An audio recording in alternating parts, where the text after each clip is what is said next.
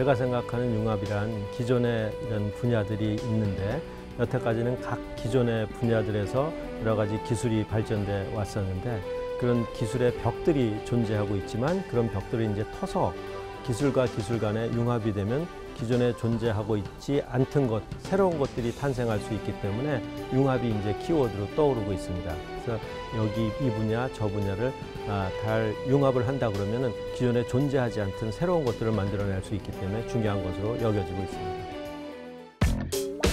이 시대의 성공 키워드로 떠오른 융합과 창의성.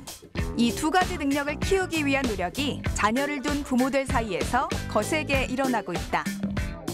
묵묵히 부지런하게 열심히 노력하는 거북이가 되는 것이 과거 시대의 표상이었다면 현재는 좋아하는 것, 잘하는 것을 찾아 경쟁력을 길러주는 것이 자녀 교육의 새로운 패러다임이다. 하지만 요즘 자녀와 소통하고 대화하고 더불어 교육까지 시키는 것은 여간 쉬운 일이 아니다. 우리 자녀를 이해하는 방법, 융합하는 인재로 키우는 방법에 대해 들어본다.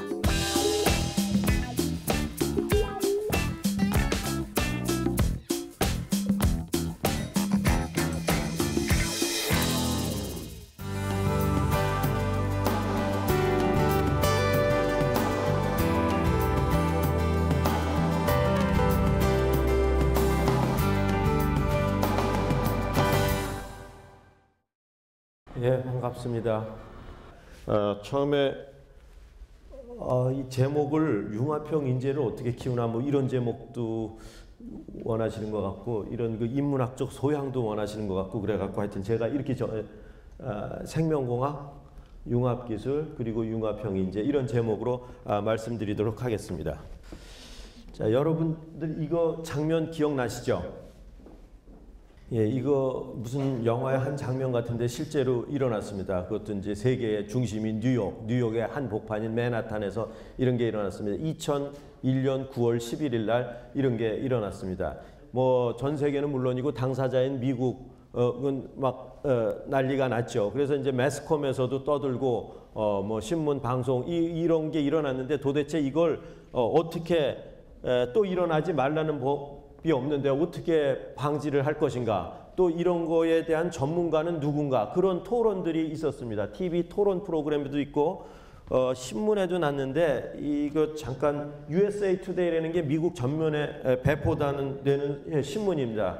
그런데 여기 보면은 2001년 10월 19일 날짜인데, 그러니까 2001년 9월 11일 날 저게 일어나고 한 달쯤 후에 얘기인데, 신문에 이 Hollywood does have a role in terrorism, 헐리우드가 이런 테러의 모종의 역할이 있다, 이런 내용이고, 헐리우드의 영화 감독들이 이 테러리스트들을 꼬인 심리들을 이해하려고 이 펜타곤이라는 게 미국 국방성 사람들인데, 미국 국방성 사람들이 할리우드 영화 감독들을 만나서 테러리스트들의 이 꼬인 마음들, 심리 이런 걸 이해하려고 했다. 이런 게 이상하지 않다. 이런 내용의 신문 기사가 실렸고, TV 토론에서도 패널들이 나와서 얘기를 하는데, 이거 헐리우드 영화 감독들한테 컨설팅을 받을 수 있지 않을까, 그런 얘기를 했습니다. 이 헐리우드 영화 감독들이 하는 일이 뭐예요? 일구월실 밥 먹고 생각하는 게 어떻게 하면 영화를 흥행에 성공시킬까,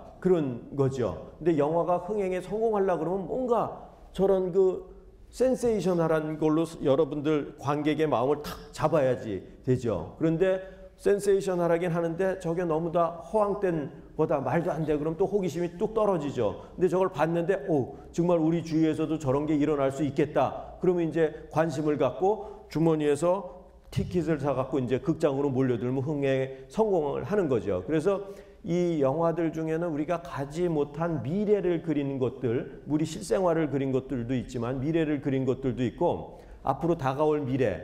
근데 다행히도 제가 연구하고 학생들 가르치는 생명공학 관련된 그런 영화들도 꽤 많이 만들어졌어요.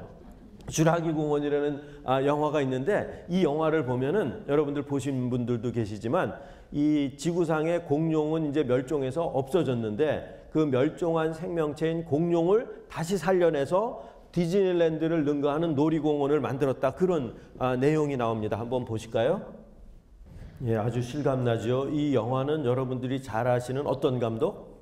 스티븐 스필버그라는 감독의 작품입니다. 그래서 여기서 이 영화에서 이 공룡을 만들었는데 공룡을 어떻게 만들었다라는 걸, 죽은 공룡을 어떻게 살려냈다라는 걸 설명하는 장면이 나오는데 여러분들 혹시 기억나실지 모르지만 공룡이 살고 있었는데 그때 이제 모기도 살고 있었어요. 그래서 이제 모기가 공룡의 피를 마음껏 빨아먹고 포만감에 젖어서 휴식을 취하는데 나무에 진액이 흘러내려서 갇히게 되죠. 이게 굳어갖고 오랜 세월을 지난 다음에 여러분들 호박이라는 보석 아시죠? 그 한복 마고자 단추하는. 그래서 호박으로 굳어졌는데 광산의 광부들이 캐보니까 호박 속에 모기가 갇혀 있고 이 모기는 아까 공룡의 피를 잔뜩 빨아먹었어요. 그래서 이 주라기 공원에 과학자들이 이걸 한번 이용을 해보자라는 그런 생각을 하게 되죠. 그래서 호박 속에 들어있는 모기 속에 들어있는 공룡의 피 속에 들어있는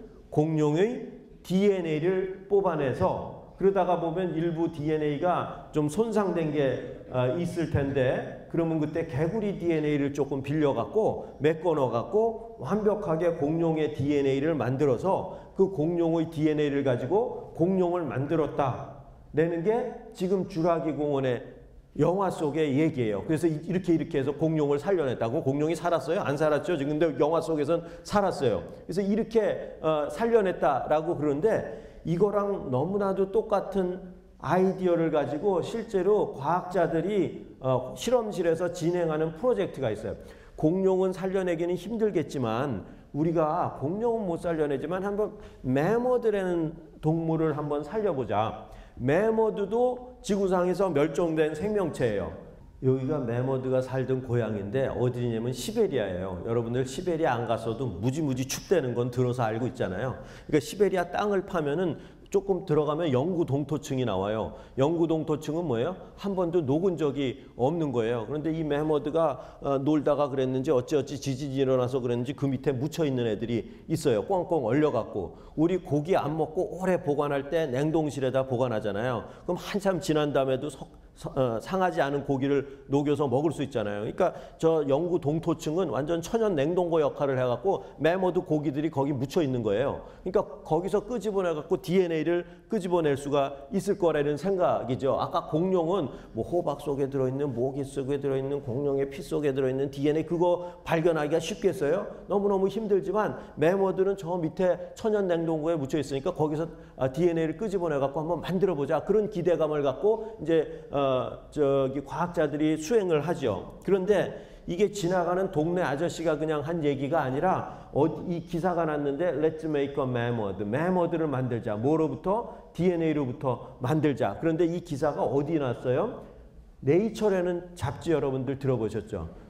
그럼 아까 그 주라기 공원 얘기나 이 매머드 복제 프로젝트 얘기나 공이 우리한테 던져주는 메시지가 뭐냐면 DNA가 굉장히 중요하다는 거예요. DNA만 확보하면 죽은 생명체도 살릴 수 있을 정도로 DNA 속에 모든 생명체의 정보가 담겨 있다는 거죠. 그러니까 자꾸 DNA 그렇게 얘기를 하는 거예요. 이 DNA라는 게 뭐냐면 이렇게 가느다란 실가닥같이 배배 꼬여 있는 이런 실가닥인데 이 속에 생명체의 모든 정보가 담겨 있다는 거예요.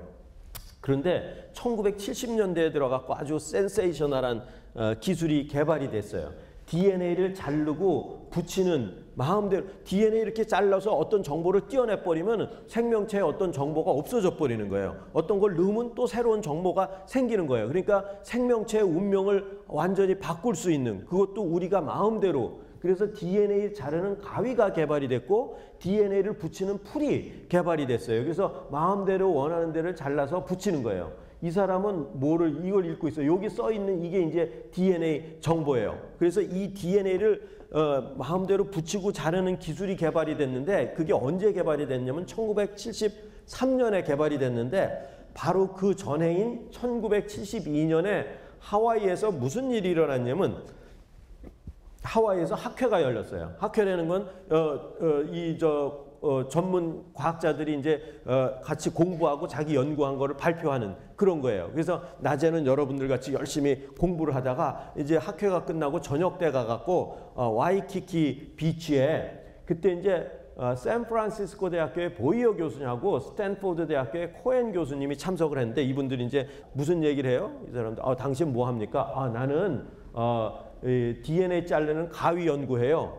그래 당신은 뭐 합니까? 나는 플라즈미드라는 걸 연구하는데 이렇게 고무밴드 같이 동그랗게 생긴 DNA를 연구해요. 나는 뭐 합니다. 당신 뭐 합니다. 이런 얘기를 하다 보니까 이 사람들이 점점점 긴장이 되는 거예요. 당신의 그 가위 기술하고 내 고무밴드 기술하고 합하면 세상을 깜짝 놀랄 만한 새로운 기술을 만들 수 있겠다라는 생각에 도달하니까 들고 있던 맥주잔을 들고 부르르 떨었어요. 지네들끼리 감동에 어려갖고 그래갖고 들고 있는 맥주를 부르르 떨고 탁자 위에다 올려놓고 그 위에 있는 냅킨을 뽑아서 펼치고 볼펜을 꺼내며 쓰면서 이제 얘기를 했어요. 이 사람들이 이제 완전히 극도의 긴장감에 도는 거예요. 내 고무밴드가 이렇게 동그랗게 생겼는데 당신의 가위로 뚝 자르면 이렇게 길쭉해지잖아요. 그러면 이 정보가 여기 있고 풀로 붙여. 그러면 이 고무밴드 속으로 이게 뚝 들어오잖아요. 이거하고 이걸 붙이면. 근데 이게 이렇게 크게 그렸지만 무지무지 작은 거라서 박테리아랑 섞어주면 이게 박테리아 속으로 들어와요. 그러면 박테리아가 이 인간의 정보를 자기 정보인 줄 알고 이거를 이용해서 인간 성장어로 막 만드는 거예요. 기가 막히죠. 여러분들 컴퓨터가 내 컴퓨터가 저기 작은 컴퓨터가 있는데 큰 컴퓨터에다가 정보를 USB를 여기서 꽂아서 USB에다가 실어갖고 이 큰 컴퓨터에다가 넣으면 컴퓨터가 내 정보를 읽죠. 저 컴퓨터에 있는 음악도 일로 옮길 수도 있고 그림도 옮길 수도 있잖아요. 그러니까 그 USB 같이 역할을 하는 게 이런 고무밴드예요. 그러니까 기가 막힌 게 인간이 갖고 있는 DNA나 소나 개나 말이나 심지어 곰팡이나 박테리아가 갖고 있는 DNA가 똑같아요. 똑같은 화학 구조를 갖고 있는데 그 속에 들어있는 정보만 달라요. 그러니까 저 컴퓨터에서 이 컴퓨터로 정보를 옮길 수 있듯이 이런 USB 같은 데다가 이 인간의 DNA 정보를 실어서 박테리아에다가 집어넣으면 박테리아가 인간의 정보를 읽어갖고 인간 성장 호르몬을 와글와글와글 만드는 거예요. 근데 박테리아가 얼마나 파워풀하냐면 박테리아는 한 마리가 두 마리 되는데 걸리는 시간이 20분이에요. 그러니까 세대 시간이 20분이에요. 그러니까 몇 시간만 키우면 와글와글와글 자라. 2호선 그 신도림역에서 전철 러시아워 때 한번 갈아타 보셨어요? 그 사람들 머리가 계단에 올라가면 확 올라가잖아요. 제가 거기 갈 때마다 생각나는 게 박테리아 몇 시간 키우고 현미경으로 들여다보면 그래요. 와글와글.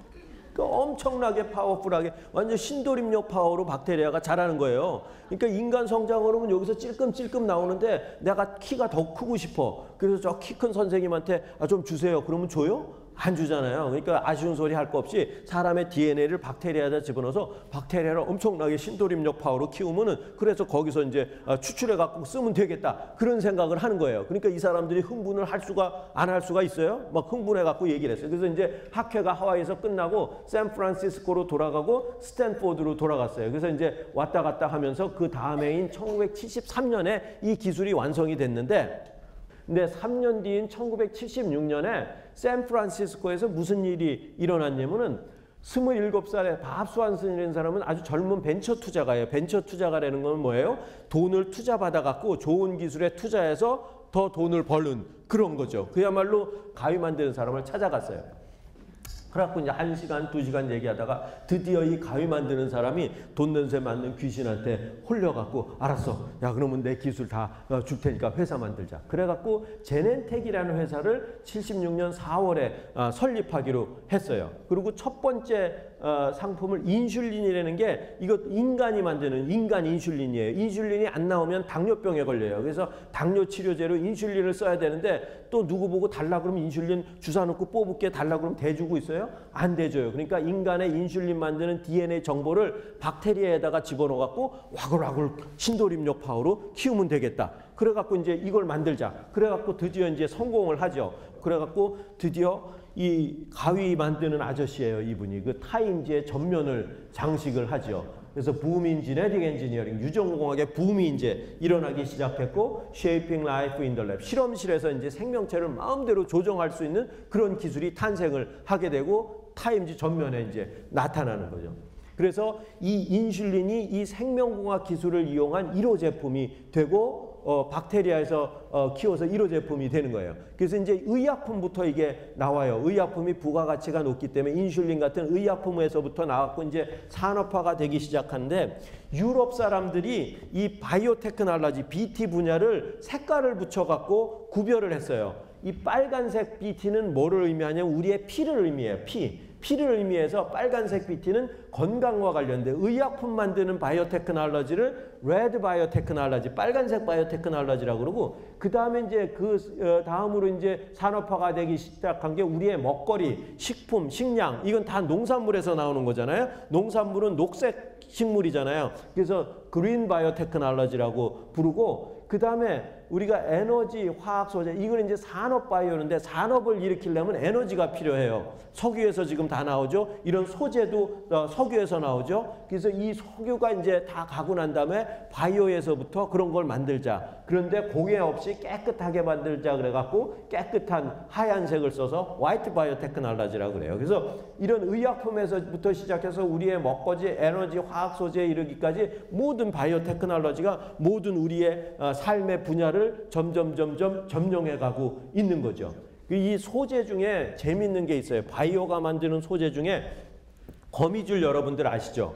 거미줄이 이런 특성 갖고 있는 거 아세요? 강철보다 5배 강하고 나일론 2배의 신축성, 방수성, 생분해성 이런 게 있어서 미국의 US 그 아미에서는 이걸 가지고 뭘 만들냐면 방탄조끼도 만들고 군수용 신소재 같은 거를 만들어요. 그런데 이 거미줄은 누가 만들어요? 거미가 만들죠. 거미가 왜 만들겠어요? 그 정보를 어디에 갖고 있겠어요? DNA에 갖고 있겠죠.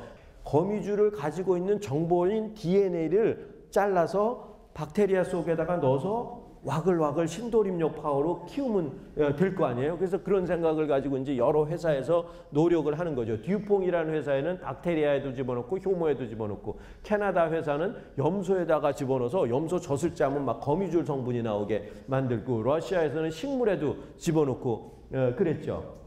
또 이 바이오 생명공학계에서 또 획을 긋는 사건이 일어났는데 이상한 애가 하나가 태어났어요. 복제양 돌리라는 애가 태어났는데 한번 보실까요? 돌리는 정자와 난자의 결합을 통해서가 아니라 체세포 복제를 통해서 태어난 것이다. 돌리는 정자와 난자의 결합을 통해서가 아니라 이 포유동물, 인간을 포함한 여러분이나 저나 정자와 난자의 결합을 통해서 다 태어났어요. 얘는 정자와 난자의 결합을 통해서가 아니라 체세포 복제, 체세포라는 게 뭐 체라는 게 몸체자예요. 체력, 체격, 체육. 그러니까 몸에 있는 세포가 체세포예요. 체세포, 몸에 있는 세포를 하나 떼었고 홍길동이나 손오공이 분신술 하듯이 체세포를 복제해 갖고 태어났대요. 기가 막힐 노릇이에요. 어떻게 해서 태어났는지 한번 보실까요?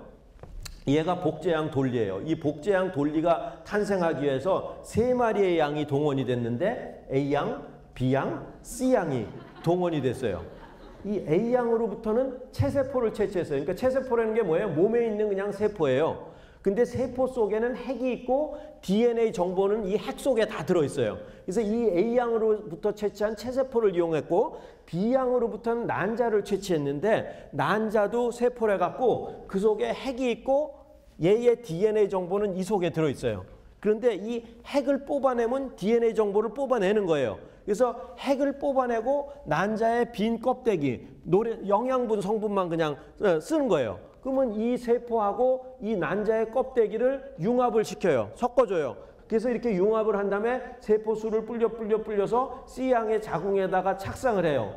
그래서 이렇게 해서 이상한 애가 하나 태어났는데 몇 년 뒤에 부고가 떴어요. 이게 지금 복제양 돌리의 무덤이에요. 폐암과 관절염으로 고생. 그 이후에 다른 비정상적인 징후는 없었음. 향년 6.5세. 이 같은 종의 양의 평균 수명이 11 내지 12세인데 12세라 그러더라도 반 이상 산 거예요. 자, 이 2000년대에 대해서 들어서 또 다른 획을 긋는 사건이 일어났는데 이 휴먼 지놈 프로젝트, 인간 게놈 프로젝트 초안이 발표됐고 2000년 6월 26일 뭘 완성했다는 거예요. DNA 속에 정보가 들어있는데 그런데 DNA는 여기에 A, T, G, C 4가지의 알파벳으로 저장을 해요. 이 ATG3라는 이 알파벳이 어떤 순서로 나오느냐가 굉장히 중요한 정보예요. 그래서 이 사람이 읽고 있어요. 그래서 이걸 다 읽은 게 휴먼 지놈 프로젝트, 인간 게놈 프로젝트를 했다는 거예요. 그 순서를 읽은 게. 이 순서가 몇 개냐면 이게 35개예요. 35개를 다 읽은 게 인간 게놈 프로젝트를 했다는 거죠. 그래서 2000년 당시에 클린턴 대통령이 발표할 때 한 사람 거 읽는데 몇 년 걸렸어요? 10년 걸렸어요.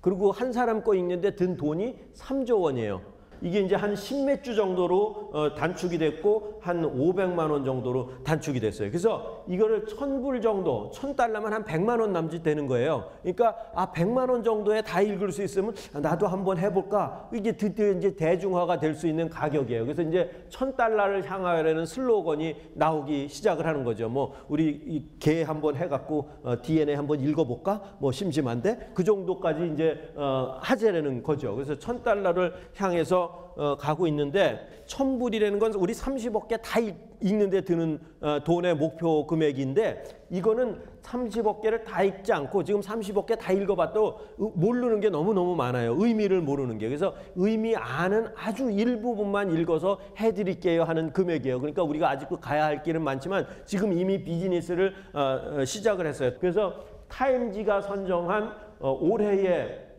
인벤션 오브 더 이어, 올해 최고의 발명품으로 2008년에 이 유전정보 서비스가 지정이 됐는데 참고로 2006년에는 유튜브가 1등을 했고 2007년에는 아이폰이 1등을 했고 2008년에 이 유전정보 서비스. 이게 아까 그래서 이 서비스를 받아본 사람 중에 대표적인 사람이 누구냐면은 안젤리나 졸리.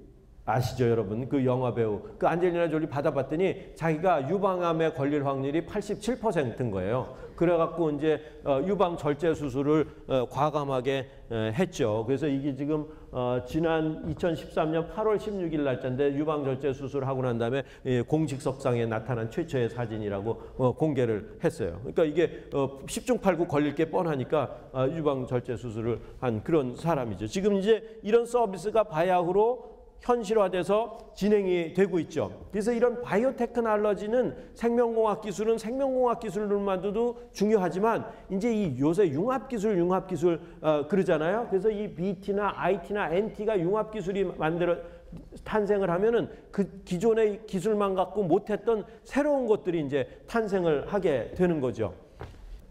원숭이를 갖고 실험을 했는데 지금 이제 먹이를 위에서 주죠. 그럼 얘가 생각에 의해서 팔을 뻗치죠. 받아 먹죠. 이번에 아래에다 넣었어요. 얘가 보고 아래로 얘 생각에 의해서 팔을 뻗죠. 받아 먹죠.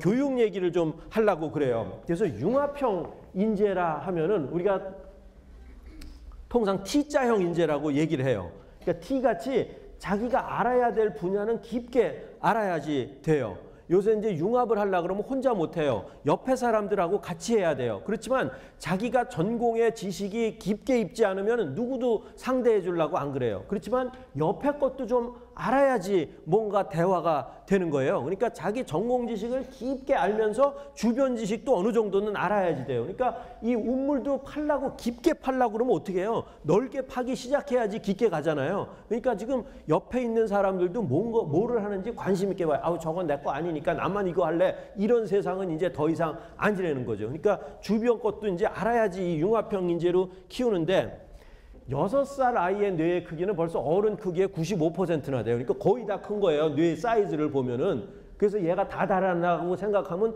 오산인 게 4살 때 아이의 뇌를 보면 뇌 성숙도를 보면 이게 파란색이 성숙한 건데 요 감각, 촉각이나 시각 부분만 성숙해 있고 나머지는 아직도 다 미성숙 상태예요. 뇌가 크기만 했지 이 속에 들어있는 건 별로 없는 거예요. 볼륨만 컸지. 이 뒤에가 감성이 자라는 부분이에요. 감성. 이성이 자라는 부분은 굉장히 늦게 발달을 해요. 그렇기 때문에 이 감성은 어린애들이 충분히 갖고 있어요. 근데 이성적인 판단은 못하고 있는데 이거를 엄마들은 얘도 이성적인 생각을 하고 있다고 할 수 있다고 착각하는 데서부터 이게 잘못되게 이제 자녀 교육이 되는 거라고 생각을 해요. 그러니까 이 뇌의 발달을 이해를 해야지 얘는 지금 이런 상태구나 라고 생각을 해요. 이 앞에 부분을 우리 전두엽이라고 하는데 이 전두엽이 뭐를 하는 기관인가를 한번 보면은 전두엽은 판단, 기획, 조직적 사고, 정책 수립, 그러니까 아주 인간이 동물과 다르게 하는 아주 철학적인 사고를 관장하는 부분이에요. 근데 14세, 15세에 그런 뇌를 가지고 있어요? 없어요, 아직. 그래서 10대에는 전두엽이 굉장히 덜 성숙해 있어요. 그렇기 때문에 10대의 사고를 어른들의 사고와 동일하다고 생각하는 것은 무리예요. 근데 어머니들은 얘가 내 생각하고 똑같은 판단을 할 수 있는 애라고 전제를 하고 푸시를 하는 거는 굉장한 무리라는 거죠. 아직 이 앞에 있는 뇌가 없는 애를 얘는 아직 뇌가 없는 애지, 그렇게 전제를 하고 얘기를 해야지 되는 거죠. 부모가 아이의 전두엽 역할을 해줘야 되는데, 그러면 얘는 이성적인 판단을 엄마가 해준 거를 받아들여야 되는데 얘는 감성만 있어요. 그렇기 때문에 어떻게 이런 역할을 할 수 있겠는가? 그거를 이제 엄마들이 고민을 하셔야 되겠다는 거죠. 그래야지 애 대신에 전두엽 역할을 해줄 수 있으려면 어떻게 엄마가 이 역할을 할 수 있을까? 제일 중요한 게 엄마의 정보력. 요새 엄마의 정보력이 중요하대요. 그 다음에 아빠의 무관심. 아빠가 자꾸 관심을 갖고 이거 해라 저거 해라 그러면 걔 자녀 교육을 망친되는 거예요. 그런데 저는 전혀 그거는 아니라고 생각해요. 아빠의 무관심, 아빠가 엄청나게 관심을 가져야 돼요. 근데 관심을 잘 가져야지 돼요. 이게 지금 잘못 가지니까 차라리 그냥 없는 게 나아, 이런 아주 자주 섞인 얘기예요. 그러니까 어떻게 관심을 가져야 될 것인가. 그래서 이제 아까도 말씀드렸듯이 자녀 교육은 자녀를 위해서 해야지 부모를 위해서 해서는 안 되겠다라는 거죠. 그게 부모의 자세인 것 같아요. 그러니까 자식 키우면서 느끼는 그 행복감이라는 건 우리는 말할 수가 없어요. 거기서 새록새록 느낀 행복감이면 그게 충분히 부모한테 보상을 자식이 해준 거지. 너 커서 나 뭐 해줄래? 뭐 시켜줄래? 뭐 자식 키워갖고 덕 보려고 그러는 건 아주 못난 부모나 하는 거죠. 그냥 키워갖고 잘 되는 거 그거 보면서 행복 느끼고 저 세상으로 가는 게 부모가 할 일이라고 생각해요. 그러니까 보람은 덤으로 받는 거지 자녀를 위한 자녀 교육을 해야지 나를 위한 자녀 교육을 하면은 안 되겠다는 거죠, 부모가. 그래야지 자녀가 올바로 클 수 있겠다는 거죠. 그래서 이 전두엽 역할을 할 수 있으려면 엄마 아빠가 자녀를 사랑한다는 걸 자녀가 스스로 느끼도록 행동해야 돼요. 사랑이 느껴지지 않는 강압은 공포의 대상만 되는 거예요. 일단 사랑이 느껴져야지 여기서 우리 엄마가 하는 얘기는 오름세기 그렇게 하는데 여긴 뇌가 없는데 거기다 대고 이성적인 얘기를 하고 막 사랑 대신에 매를 먼저 들고 그러면 야 나는 다리 위에서 다리 밑에서 주워온 애임에 더 틀림없어. 이게 반감만 생기는 거죠. 이성적인 판단이 없는데. 그래서 또 하나는 공동 프로젝트를 해갖고 엄마 아빠가 한 목소리를 내서, 아까는 호르몬이기 때문에 이런 걱정은 안 해도 될 것 같아요. 한 목소리뿐이 안 나오니까 엄마만 위해서 살면 되는데 엄마 아빠가 딴 얘기를 하면 저 엄마 얘기 틀려 일로 봐 아빠 얘기 들어 이러면 얘는 이제 헷갈리는 거예요. 이성적인 전두엽이 없는 애 보고 이 감성만 있는 애 보고 엄마 아빠가 딴 얘기를 하면은 어디다 대고 지금 얘가 맞추려는 거예요. 그러니까 엄마 아빠가 한 목소리를 내야 되고 자녀를 인격체로 인정을 해야 되고 자녀의 소질과 능력을 발굴해서 끝없는 격려와 칭찬, 이게 이제 엄청난 파워를 갖고 오게 하는 거죠. 그래서 자녀의 소질과 능력을 발굴하고 아이들은 각기 다른 소질과 성향을 타고났다는 걸 아셔야 돼요. 엄친아가 하는 거, 엄친딸이 하는 거 걔는 걔네 집 얘기고 우리 집은 딴 얘기를 가지고 해야 되죠. 그리고 이 애들의 꿈이 뭔지를 좀 잘 여러분들은 지켜봐야지 될 것 같아요. 애들은 꿈이 다 다르거든요. 뭐 대통령 되라 장군 되라 이게 아니거든요. 그러니까 이 아주 하찮은 거라도 거기에 아이들의 갈 길이 있다고 생각을 해요. 이게 꿈이 자기 발달의 원동력이 되고 부모가 되기에는 아무리 하찮게 보여도 그게 꿈이에요. 그렇기 때문에 이게 변하는 꿈이에요. 그럼 그때그때 생각이 달라지는 거를 그때그때 격려를 해주는 거죠. 이제 사회에 가서 스스로 알고 터득해 가면서 자기의 길을 찾아가도록 도와주는 게 부모지. 야 여기 의사 돼야 돼. 우리 집 가문에 의사가 하나도 없으니까 너는 해야 돼. 너 정도 되면 할 수 있어. 그래갖고 우리 한이야 이거 알았지? 이러갖고 이제 엇나가기 시작하는 거죠. 정말 자기가 되는 그런 꿈을 로 가이드를 해주는 게 부모인 거죠. 근데 이제 부모 중에서 이런 부모 있어요. 너 들어가서 공부해. 그리고 나 텔레비 봐야 돼. 그러니까 자녀가 공부할 때 부모도 공부를 해야지 된다고 생각을 해요. 하다못해 뭐 만화책을 보든지 뭘 하든지 뭔가 해서 부모는 거실에서 TV 보며 자녀들은 방에서 공부하기를 기대하지 말자. 그러면 부모도 자식도 들어가서 게임해요. 딱 아유 뭐 엄마도 하는데 뭐 나라고 못해. 엄마가 전두엽 역할을 해줘야 돼. 그러려면 감성에서 아 우리 엄마 저렇게 공부하는데 우리 엄마 보면 훌륭한 사람이야. 그럼 나도 훌륭한 사람 되려면 저렇게 해야 되나 보다 하고 뭔가 감성에서 느낄 수 있을 정도의 부모가 행동을 해야지 되는 거죠. 삐뚤어지고 엇나가는 아이는 아이가 문제가 아니라 부모에게 문제가 있다는 것을 부모는 모르고 있다고 저는 생각을 합니다. 아이의 말을 듣는 마음의 문을 열어놓자. 부모의 채찍이 아이의 목을 조일 수 있다는 것을 알자. 그러니까 애가 뭐를 원하는지 뭐를 잘하는지를 찾아주는 게 진정한 자녀 교육이라고 저는 생각을 합니다. 그래서 이 인성교육이라는 게 저도 이게 도덕 교과서에 나오는 얘기는 정말 도덕 교과서에 나오는 얘기만인 줄 알았어요. 근데 나도 우리 애들 키워보고 사회생활을 해보니까 도덕 교과서에 나오는 대로 사는 게 자기의 삶을 성공적으로 산다는 걸 정말 새록새록 느껴요. 그래서 내가 우리 아이들한테도 계속 그 얘기를 하는데 정말 우리 애들 어렸을 때는 도덕 교과서에 나오는 대로 살았어요. 그래갖고 얘가 이런 그 험난한 세상을 어떻게 살아나갈까 걱정도 됐어요. 하여튼 이 도덕 교과서대로 사는 게 여러분들 아마 연세 좀 지긋하신 분은 그걸 느끼실지 모르는데 정말 이게 정말 인생을 성공하는 거라고 생각해요. 지금 공교육의 부재예요.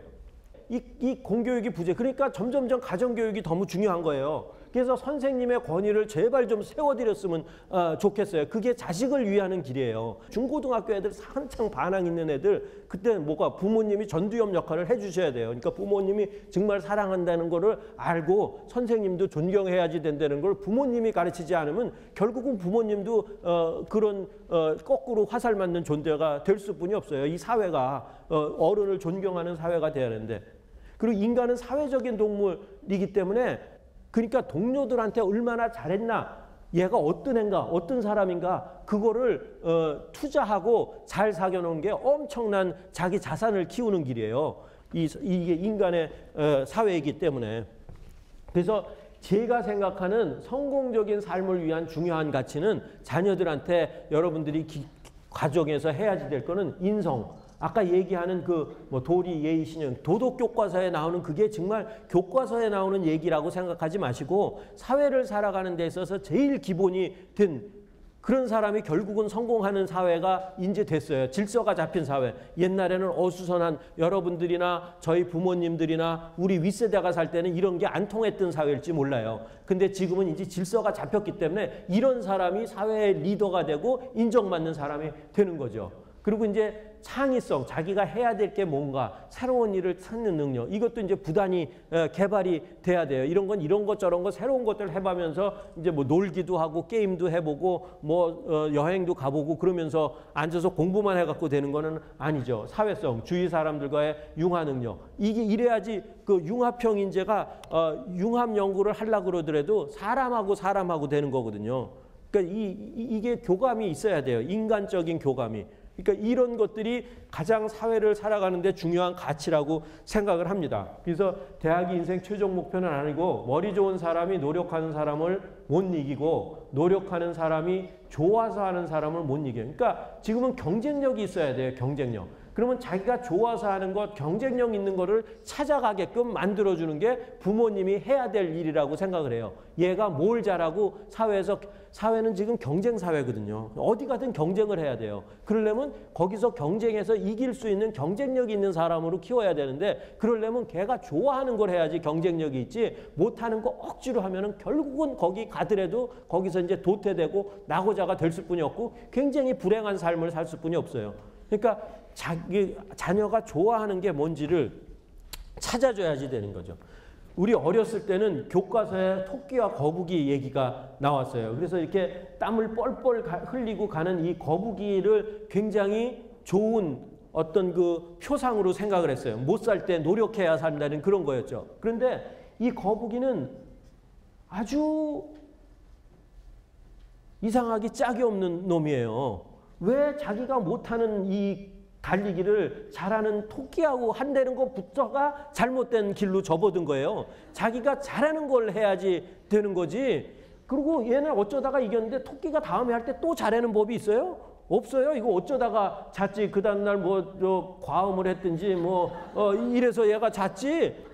또 하려는 법이 없어요. 그 한 번 이겼다고 또 하자고 그러면 평생 하면서 살아야지 되는 건데, 그러니까 얘는 왜 이렇게 힘든 길로 접어드니까 그러지 말고, 야 토끼야, 너 이거 말고 차라리 뭐 수영을 하자든지 아니면 산꼭대기에서 굴르기 하자. 얘 목수 집어넣고 또르르 굴르기 하자든지 자기가 잘하는 게임을 하려고 해야지 못하는 거에 접어들어갖고 그냥 죽어라 하고 이게 지금 어떻게 보면 우리 아이들의 모습일지도 몰라요. 한번 생각해 보세요. 이런 길을 가게 해서는 안 되는 거죠. 이거 말고 자기가 잘하는 길을 가게 해야 되는 거죠. 얘 보세요.